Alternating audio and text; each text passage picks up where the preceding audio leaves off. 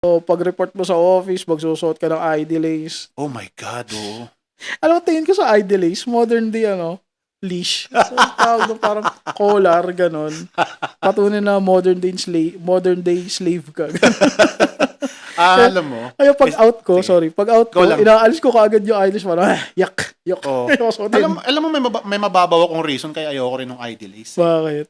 Ang ina pre, nakakairita siya sa liig.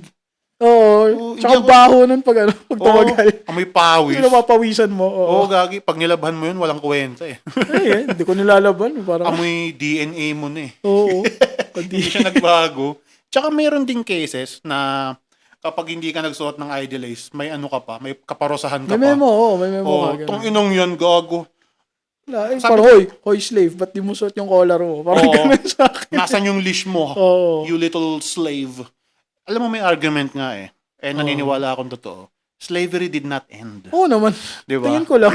I mean, yung slavery na merong chain sa liig, Oo. yan, na-abolish yun, Oo, siyempre. napalitan lang ng ID lace. Napalitan lang Yun yung tingin ko. Pwede.